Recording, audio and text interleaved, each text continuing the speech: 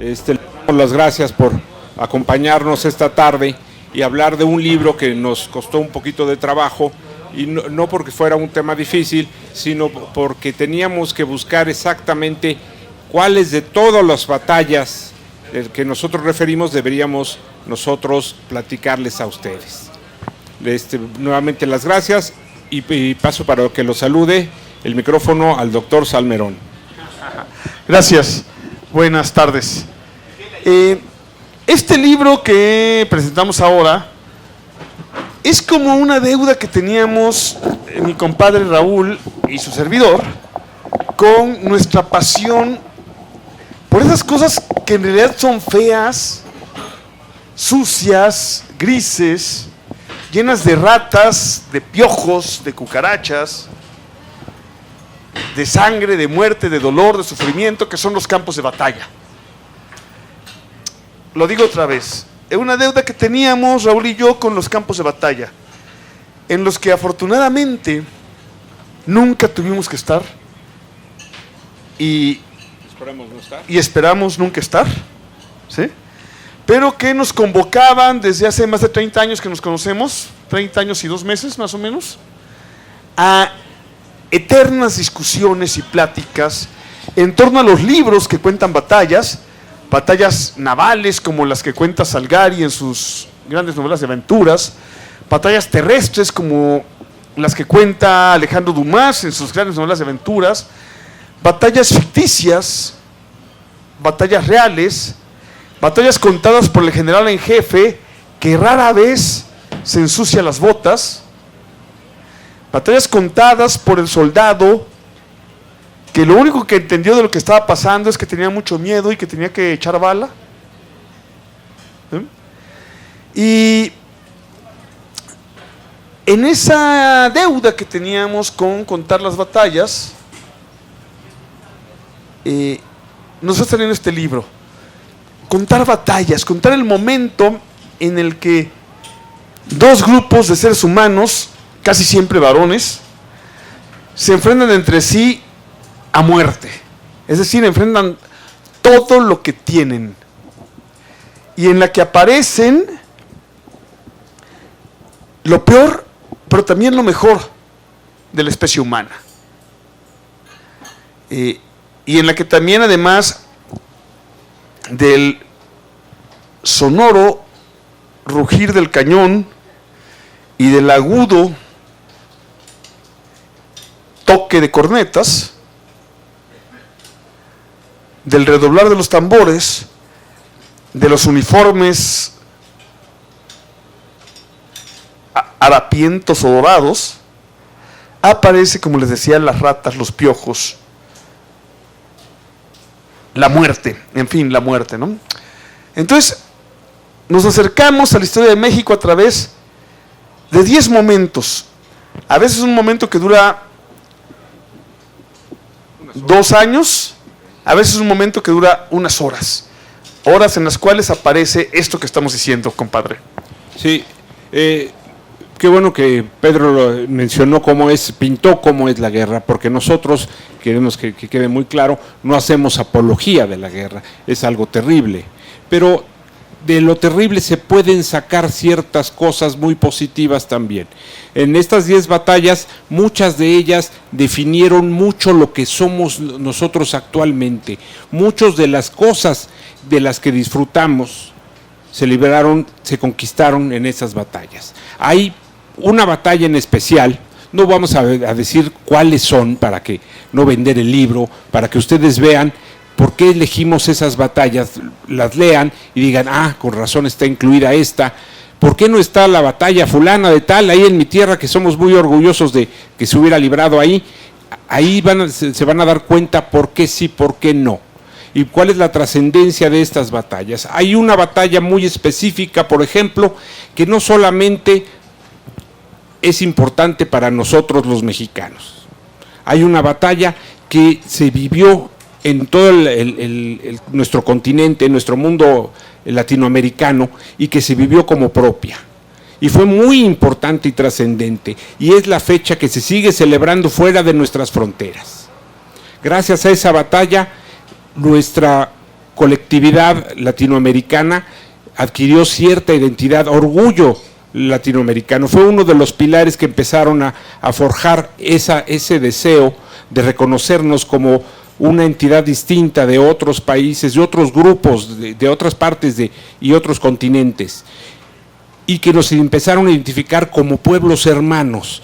Tan es así, por ejemplo, lo voy a vender no esa batalla, sino una de las consecuencias. No es casualidad que a Benito Juárez, tanto República Dominicana como Colombia, le concedieran el título de Benemérito de América.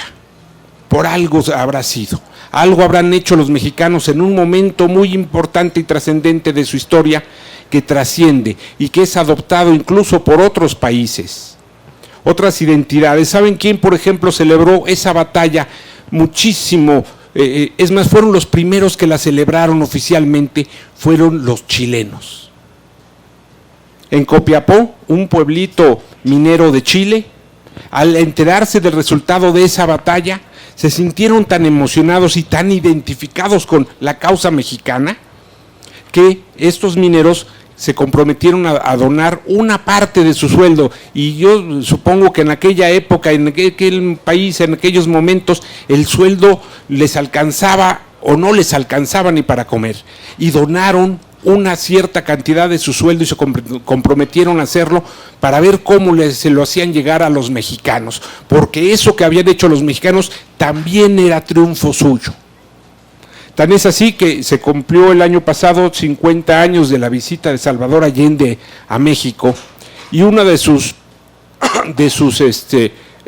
actividades fue inaugurar un mural que se llamaba Paisaje de Copiapó, en honor a los mineros chilenos, para que vean cómo trasciende estas batallas. Por eso transformaron a México. Primero tenían que ser unas batallas, y luego tenían que tener otra condición importante para platicar de ellas, que hubiera habido una transformación, que hicieran una diferencia importante, pero no siempre fue como otras batallas que fueron en detrimento nuestro y nos hicieron perder determinadas cosas.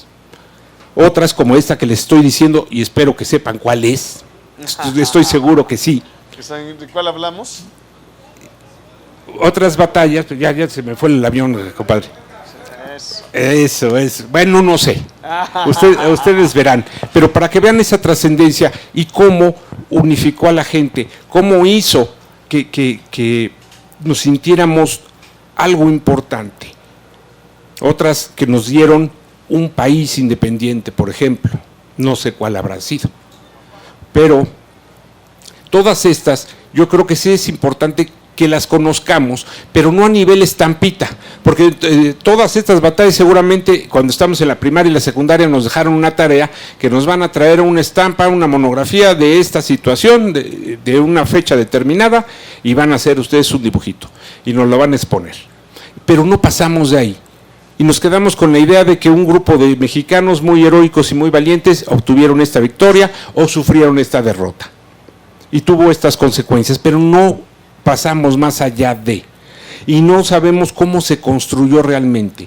Y cuáles fueron las razones que nos llevaron a tener este resultado positivo o este resultado negativo. Lo que queremos nosotros es la comprensión de esos momentos que fueron trascendentes para nuestra historia. Y yo creo que si ustedes lo leen, además de tener un momento entretenido, porque el leer es para eso, para vivir, para edificarse, para gozarlo, además de todo eso, si llegamos a un punto de comprensión de nuestra historia, de esos sucesos que le dieron nombre a nuestras calles, yo creo que habrá valido mucho la pena. ¿Qué opina usted, compadre? Para no hablar del libro, queremos invitarlos a comprar el libro y decirles que nos divertimos mucho escribiéndolo, pero es cierto, Raúl me acaba de sugerir algo. Algunas de estas batallas no solo cambiaron a México, como dice el título, algunas de estas batallas tuvieron trascendencia, me atrevo a decir mundial. ¿Sí? Yo estoy convencido de que lo más lógico en el año de 1520 es que Cortés y sus amigos hubieran sido todos muertos y enterrados como perros. Por alguna serie de cosas que pasaron, no pasó lo más lógico, sino lo menos lógico, y no los mataron y no los enterraron. Y el hecho de que no los mataran y de que haya pasado lo que sí pasó, no cambió a lo que hoy es México, cambió al mundo. ¿Sí? Impactó directamente a la comprensión del mundo, a la economía del mundo y al orden mundial.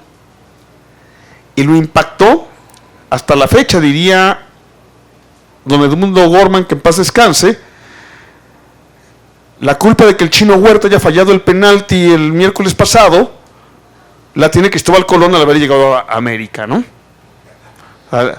Pues sí. A ver, como dicen en mi pueblo, desniéguenmelo. Si Colón no se topa con la isla de Guanajaní un 12 de octubre, el Chino Huerta no falla el penalti. ¿Cierto o no es cierto? ¿Sí? No sé, los futboleros a lo mejor ni tienen idea de que los Pumas juegan un partido de fútbol contra los Tigres. Pero bueno, sí, alguien sí sabe. En fin. Pero también, si casi 3 siglos después no se rompe el espinazo del imperio y no se acaba con la economía de la plata, no se puede entender el triunfo del imperio británico sobre el imperio español a nivel global. Y entonces el hecho de que un cura de pueblo levantara un montón de raza y con ese montón de raza incendiara, destruyera, rompiera cosas, no se entendería el mundo actual. Pero también, sin una serie de desastres que ocurrieron en 2 de los capítulos que narramos, el gran imperio de la segunda mitad del siglo XX no existiría como gran imperio. Entonces, el hecho de que el ejército mexicano haya sido vencido en las lomas de Padierna, en el convento de Churubusco, en el Alcázar de Chapultepec, en el Molino del Rey, en las calles y los barrios de la Ciudad de México, sin ese hecho que pudo haber sido distinto, y eso es con lo que jugamos Raúl y yo, las cosas pudieron haber sido distintas. No era necesario, no era fatal que ganaran los gringos, como luego nos cuentan. Sin ese hecho, el mundo de hoy no sería como es. Entonces hay varias de esas batallas que no solo cambiaron a México, que cambiaron al mundo. El efecto mariposa de la historia es cierto, efectivamente. Un acontecimiento muy, muy remoto va trascendiendo, pero se va abriendo en abanico y sus posibilidades van multiplicándose. Efectivamente, muchas de estas batallas transformaron el mundo entero. Varias, porque algunas de ellas fueron muy significativas e influyeron para que el mundo europeo se transformara. El imperio español, ese inmenso, poderoso que había sido alguna vez, cambió.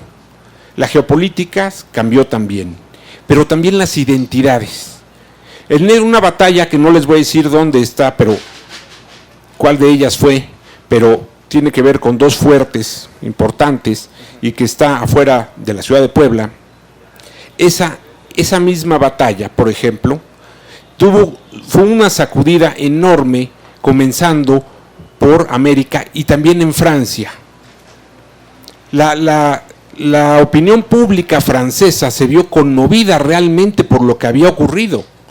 Se había mostrado contraria a esa expedición, pero como le sonaron en esa batalla, su orgullo se sintió herido y apoyaron a Napoleón III. Napoleón III ya venía de bajada, pero incluso, cosa curiosa, la victoria nos ayudó a nosotros para levantarlos en ánimo, la derrota a Napoleón III sirvió para que les enardeciera el orgullo y le brindaran el apoyo en la Cámara Legislativa francesa, se decidieran a vengar la afrenta.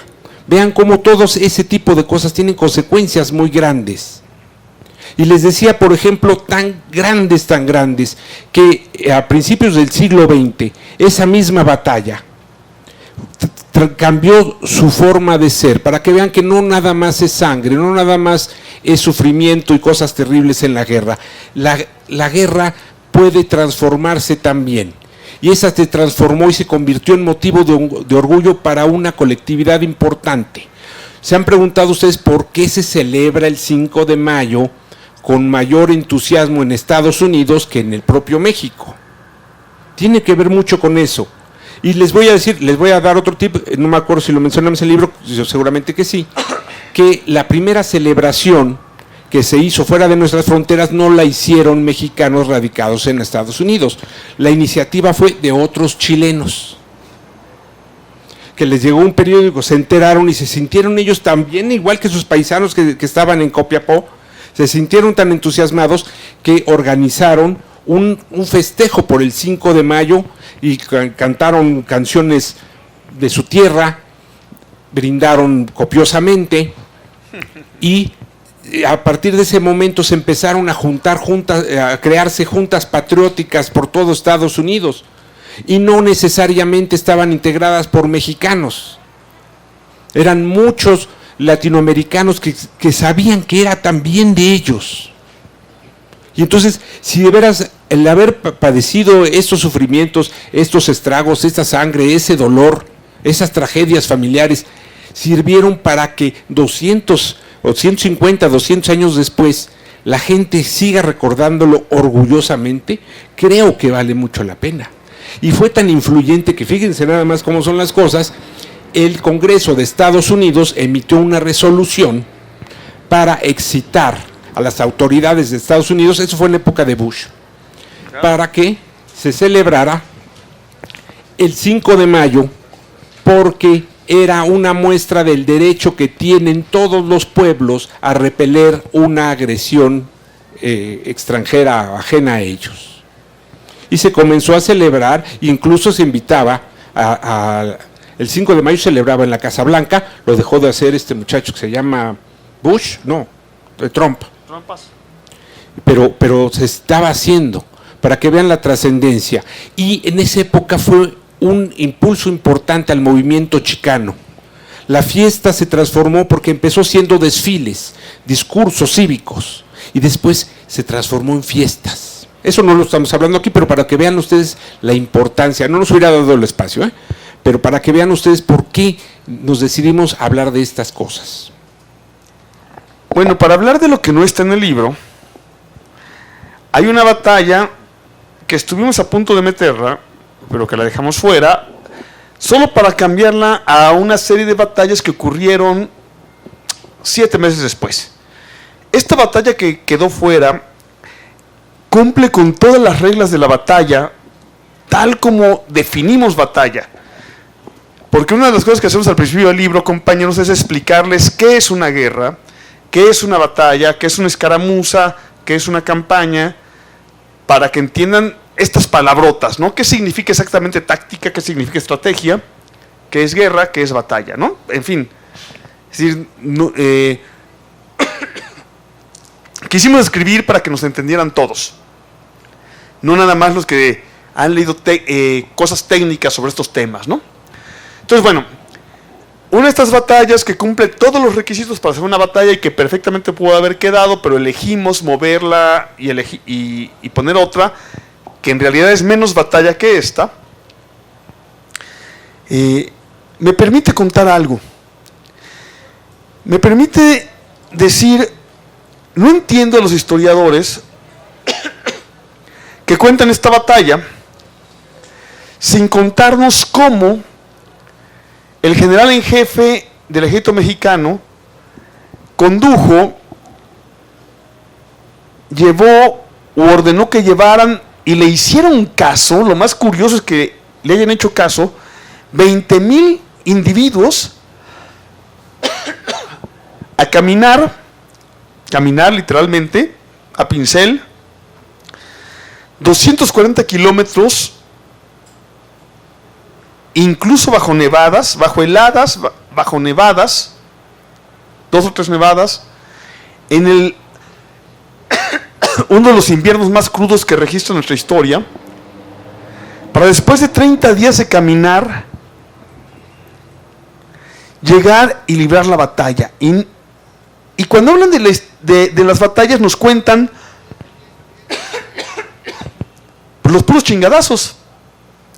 No nos dicen lo que cuesta llevar cada fusil, cada bala, cada cañón. Cómo caminó cada hombre. ¿Qué le dieron de comer? Porque los soldados tienen la mala costumbre de comer todos los días y si se puede hasta 3 veces. ¿Quién les puso los guaraches? ¿Quién les dio cada cobija?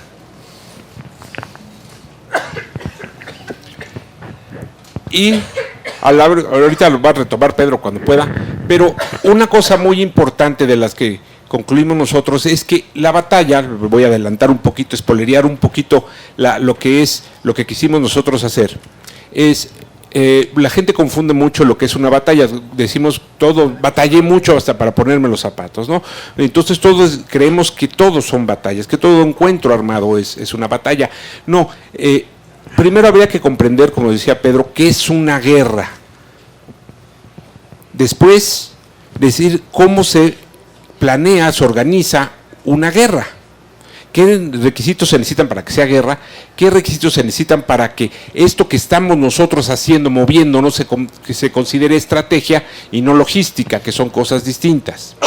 Y en resumidas cuentas les voy a decir que una batalla, eso es muchas cosas, pero uno de los elementos que definen una batalla es que esa estrategia, esa logística, esa planeación que se hace incluso muy alejado del campo de batalla, se viene a materializar. La actividad intelectual se materializa en una acción determinada. Esa acción determinada que materializa esa idea que se fue formando, esa es una batalla, desde una perspectiva. Y hay otros elementos.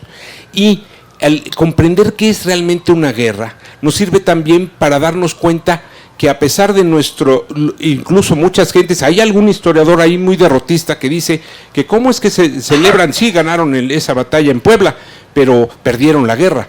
Y les voy a decir un secreto, y que no se dice. México, óiganle bien, México le ganó la guerra a Francia. ¿Parece una soncera? No, México le ganó la guerra a Francia. ¿Por qué? De entrada, una guerra... Hay un teórico prusiano, napoleónico, Karl Clausewitz, von Clausewitz, que decía que la guerra es la intención, la imposición de las ideas políticas por la fuerza. ¿Qué quiere decir? Que hay un objetivo claro, queremos imponer nuestra voluntad sobre otra persona por medio de la fuerza. Estaría muy bien si hubiera visto otro punto importante. Este es un teórico mexicano del moral del siglo XIX, que nos dice que hay 2 tipos de guerra, que no se crean que nomás hay una guerra. Incluso en el mismo momento se pueden librar las 2 guerras. Esta es una guerra ofensiva y una guerra defensiva. ¿Y cuál es la diferencia entre ellos? Es que sus objetivos, uno va a querer imponer su voluntad sobre el otro, guerra ofensiva, y el otro va a resistir y va a defender su posición o sus derechos, guerra defensiva. El que cumpla con sus objetivos habrá ganado la guerra. Francia tenía un objetivo muy claro, que era imponer un protectorado, un gobierno a su modo, permanentemente, dominando el territorio nacional. México tenía sus propios objetivos correspondientes a una guerra defensiva, y era evitar esa imposición, conservar su territorio, conservar su soberanía e independencia. ¿Y quién logró sus objetivos? Pues ¿quién creen? México. Francia no. Porque la gente cree que para que México le hubiera ganado la guerra a Francia, tenía que después de que se fueran los franceses, México se iba a embarcar en unas chalupas y iba a ir a bombardear París. No, así no es la cosa. Incluso tenemos un ejemplo muy cercano en el siglo XX, y es, a ver, yo les pregunto, ¿quién ganó la guerra de Vietnam? ¿Estados Unidos? No hay quien diga semejante barbaridad. ¿Quién la ganó? La ganó Vietnam. Y es cierto. Y lo mismo hicimos nosotros. Esa es una de las intenciones, por lo menos cuando se escribió ese capítulo, que se entendieran ese tipo de cosas. Y que se entendieran que el 5 de mayo no fue un chiripazo. No. Se hicieron las cosas que se tenían que hacer. Esa batalla, ahí les voy a vender un poquito, esa batalla se ganó porque los franceses todo lo que pudieron hacer mal lo hicieron. Y los mexicanos, a pesar de que les tocó la peor baraja, la peor mano de la baraja, todo lo que pudieron hacer lo hicieron bien. Esa es una de las razones. Las batallas, para entenderlas, hay que extenderse en el tiempo y en el espacio, y así las comprenderemos mejor. Y bueno, otra vez me da pie aquí Raúl. ¿Quién es el culpable de la guerra de Vietnam? ¿Estados Unidos o Vietnam? No, compañeros, es Vietnam. O sea, Estados Unidos hubiera querido dominar Vietnam tranquilamente y los pinches vietnamitas necios, ¿sí? ¿Quién es el culpable de esta guerra de la que estamos hablando? ¿El emperador Napoleón III o los mexicanos? No, Napoleón III no hubiera querido guerra, hubiera querido que recibieran a Maximiliano como el emperador de los mexicanos, lo hicieran pasear entre flores, lo coronaran y gobernar a Maximiliano en paz. ¿Quién es el culpable de esas guerras que llama Raúl defensivas? El que se defiende. El agresor no quiere guerra. El agresor llega, por ejemplo, los Estados Unidos a Cuba en Bahía de Cochinos. ¿Para qué quieren guerra? No quieren guerra, dicen, a ver, aquí está mi poder, ríndanse y las cosas van sencillas. En general, el que tiene la culpa de la guerra, el que hace la guerra, es el que resiste y el que no acepta la violencia y la fuerza. Por ejemplo, la batalla de la que yo quería hablar hace rato, antes de que me interrumpiera un violento ataque de tos, como dice una canción de Joaquín Sabina, es la batalla de la Angostura, iniciada el día que cumplía años el general en jefe de los mexicanos, don Antonio de Padua, María Severiano, López de Santana y Pérez de Lebrón, que en realidad se llamaba Antonio López, pero bueno, le encantó adornarse. En esa guerra, en la guerra de la que forma parte esa batalla, los gringos no querían guerra. Nos habían hecho un montón de ofertas para comprar así al chas esos territorios, que además ellos decían, ni siquiera son de México, no le pertenecen a nadie. Sí, como si no existieran los comanches y los apaches, que eran los verdaderos dueños de esa tierra, ¿no? Y los mexicanos de necios no quisieron vender la tierra, no quisieron cederla, no quisieron entregarla. La culpa de la guerra no la tienen los gringos, de la guerra en sí. La culpa la tuvieron los mexicanos, que se negaron a entregar el territorio. ¿Sí? Parece que estoy jugando con las palabras, pero si me entienden, me entienden. O sea, a ver, vamos a hacer una majadería, y conste que es una majadería. Cuando el violador, el agresor, el criminal viola, es porque la mujer se resistió. Entonces podemos decir lo mismo. Por eso digo, estoy jugando groseramente con las palabras. ¿Sí? Cuando digo que la culpa de la guerra de Vietnam la tiene Vietnam por no haberse entregado a los gringos. Cuando digo que la culpa de la guerra contra los franceses la tiene México por no haber coronado a Maximiliano pacíficamente. Cuando digo que Salvador Allende tiene la culpa de su muerte, Él provocó su muerte cuando en realidad pudo haberle entregado el poder pacíficamente a Pinochet. Estamos jugando con lo que significa la guerra.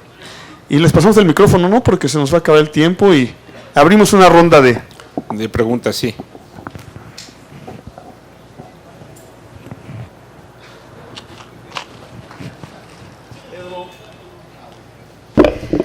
A ver, Pedro, ¿cómo que eso que acabas de decir? Discúlpeme, pero no.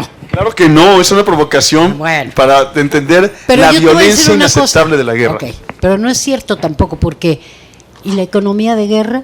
Sí. O sea, ¿por qué Estados Unidos genera una serie de guerras? Porque lo necesita para su economía. Entonces no es solamente que los otros respondan o no respondan o no quieran, que es lo mismo. Si alguien es consciente, o sea, no. El caso particular de Estados Unidos es muy curioso, porque Estados Unidos en efecto requiere la guerra para vivir. No es el caso de otros imperios. El imperio británico o el imperio francés no requerían la guerra para vivir, sino que preferían la paz para vivir. El imperio gringo es esa paradoja que sin guerras se ahoga, la economía gringa se ahoga. En cambio, los británicos o los franceses habrían siempre preferido que el agredido no diera guerra. Les estaría más barato y mejor para sus intereses que el agredido se rindiera y se entregara. A los gringos no. Y por eso los gringos... A ver, ¿de quién es la culpa de la guerra? Que no es guerra, ese es genocidio, no guerra, en Gaza ahorita. ¿De quién es la culpa? De Estados Unidos, no es ni de los palestinos y ni siquiera del Estado imperialista y criminal de Israel. La verdadera culpa del genocidio en Gaza es de Estados Unidos, ¿sí? Porque sin el apoyo militar, sin el apoyo militar, ahorita si quieres ahorita tomas la palabra, compañero. A ver, el micrófono está abierto, compañero. El micrófono está abierto. Sin el apoyo económico y militar y sin que Estados Unidos sea la vanguardia estratégica de Estados Unidos,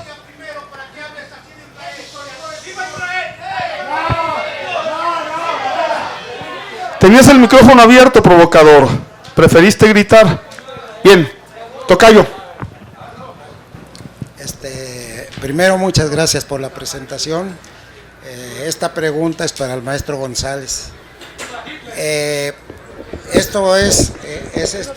Fueron dos batallas en el mismo lugar. La que menciona primero fue se ganó y fue gloriosa. Un año después, en el mismo lugar, que fue derrota, y para mí es más gloriosa que la primera. ¿Qué opina usted, maestro? Puede ser que sí, pero no te voy a contestar para que leas el libro. Ahí viene un poquito. Ahí viene un poquito. A ver, Juan. Gracias, yo quiero hacer dos preguntas breves. ¿El episodio de Santa Gertrudis es escaramuza, batalla o qué es y por qué es tan importante? Y la segunda es, de las batallas que eligieron, ¿cuál no pusieron que hubieran querido poner? Santa Gertrudis en estricto sentido no es batalla. Va rápido. ¿Por qué no? Ahí lo vas a ver. Porque se necesitan ciertos elementos para que sea batalla. Todo el mundo dice, Juchitán, por ejemplo, están muy orgullosos en Juchitán en la batalla y Juchitán en el 1865. ¿Por qué fue? Porque está muy glorioso. La sangre te duele en una moquetiza o en una batalla o en una escaramuza. Pero las consecuencias de este tipo de cosas son las que les dan categorías. El también quienes participan, porque tienen su razón de ser.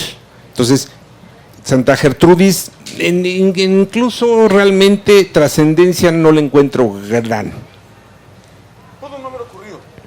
Pudo no haber ocurrido y las cosas no hubieran cambiado demasiado. Es en efecto. Y la otra pregunta era... batallas.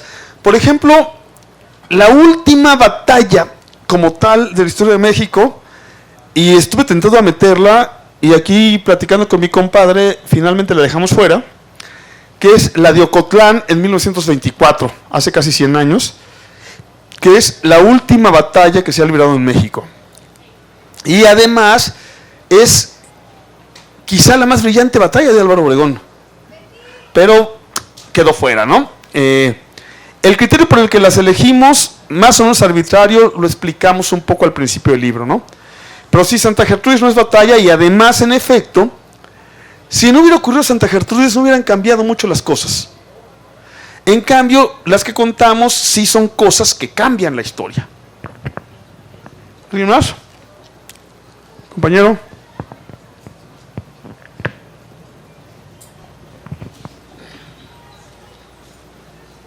Sí, un poquito comentando el criterio con el que se está interpretando los hechos, batallas, escaramuzas, enfrentamientos de todo tipo. Yo creo que no se puede juzgar la historia, ningún hecho histórico, desde una perspectiva maniqueísta. Es decir, en la historia, cuando se interpreta, no se hace con la visión del bueno y el malo, simplemente los hechos. Ni malditos romanos, ni benditos romanos, simplemente los romanos, para que la interpretación no pierda la objetividad que se debe tener cuando se interpreta la historia, por un lado. Por otro lado, hay hechos históricos, ciertas batallas que por su complejidad requiere discernir hecho por hecho para poder tener una interpretación lo más cercana posible a la realidad. Yo les pongo un ejemplo de esto, de esa complejidad que puede tener un hecho histórico, la batalla del Álamo, ¿sí? ¿Quién era el culpable? ¿México? Por lo que sucedió ahí, los colonos, los Estados Unidos. O sea, hay una complejidad ahí de situaciones que hay que interpretar sin perder esa objetividad. No es una cuestión de blanco y negro, de maniqueísmo, del culpable, el héroe, el villano. No. Veamos todos los factores que confluyen en ese tipo de hechos históricos, sobre todo cuando tienen varias lecturas. Gracias. Y sí, muy bien. Y el caballero tiene toda la razón del mundo. Y si ven ustedes, nosotros nunca hablamos estos malos malotes, bueno, y estos buenos buenotototes. No, efectivamente hacemos esto. Las cosas pasaron así. Juan llegó, Mengano contestó, y nunca decimos si este es un tal y este es un cual. Never. Ni decimos este tenía la razón o este no la tenía. No. Es porque hay que entender bien la batalla, no otra cosa, pero sí efectivamente tienen consecuencias y tal, buenas, malas, positivas, negativas, pero no tomamos nunca una postura ni descalificando a unos ni glorificando a otros.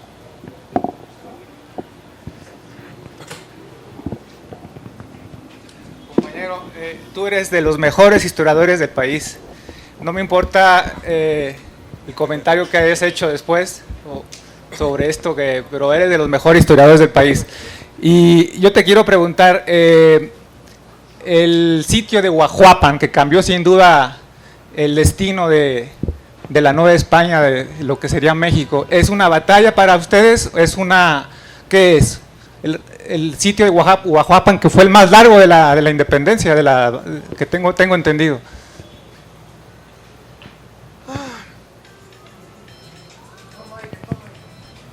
Podría calificar como batalla, pero una vez más, el resultado de esa batalla, si hubiera sido distinto, no hubiera cambiado en gran cosa la situación. O sea, la gradual derrota estratégica de Morelos no hubiera podido ser revertida con una victoria de las tropas insurgentes en ese momento, ¿no? Entonces, una de las razones de las batallas que elegimos son esas que sí cambian las cosas. Es decir, si los franceses hubieran ganado el 5 de mayo, si 5,000 extranjeros hubieran podido entrar a la Ciudad de México, cualquier posibilidad de sentirte orgulloso por ser mexicano está en el suelo. Cambia las cosas. Pero además Francia no hubiera tenido que hacer un esfuerzo ingente para traer 50,000 soldados más, y simplemente con un pequeño esfuerzo hubiera impuesto un príncipe extranjero y un protectorado sobre México, es decir, una victoria fraudada el 5 de mayo hubiera cambiado la historia de México de manera definitiva, ¿sí? Un desarrollo distinto del sitio de Huajuapan no hubiera cambiado el transcurso de la guerra. Entonces, una de las razones por las que elegimos, las batallas que elegimos, es ese tipo de batallas en las que a veces en unas horas sí cambian las cosas, ¿sí? ¿Alguna más? Ya saben que aquí en las ferias de la brigada hay que ser rápido porque somos muchos. Ahorita vienen los compañeros Cerezo. Sí queremos decir una cosa al final con la que de alguna manera termine el libro. Como dijo Raúl hace rato, no queremos hacer apología de la guerra. Hace tiempo, cuando se puso de moda la idea de la autodefensa, yo les dije, no, yo no tengo un fusil Kalashnikov ni lo quiero. Yo no quiero, lo que yo quiero hacer al estudiar la violencia y la guerra es ayudar a comprenderla para que no vuelva a ocurrir, para desterrarla de nuestras vidas, ¿sí? Más allá de que nos entusiasme leerlas y de que, como dijimos al principio, en ellas aparezca lo mejor y lo peor del género humano y nos permita sumergirnos apasionadamente en ellas, que sea eso. Yo quiero que las batallas sean un elemento para leerlas como leemos El Señor de los Anillos, o Los Tres Mosqueteros, o Los Piratas de la Malasia, o qué sé yo, o como vemos las películas que nos gusta ver en las que están llenas de violencia y que se queden ahí y que nunca más regresen a nuestra vida, ¿no? Bueno, Raúl y yo vamos a estar firmando libros ahí y pues muchas gracias, y gracias como siempre a la Brigada para Leer en Libertad y a todos ustedes que nos vemos aquí en la Alameda cada rato y que son los que realmente le dan vida a las ferias del libro, y por supuesto también a la Brigada. Gracias, Paloma, no sé dónde se metió. Por ahí. Muchísimas gracias, yo Beatriz, también a todos ustedes. perdona. Gracias a todos. Oscar, compañeros. Gracias, estamos aquí al lado firmando. Hasta luego.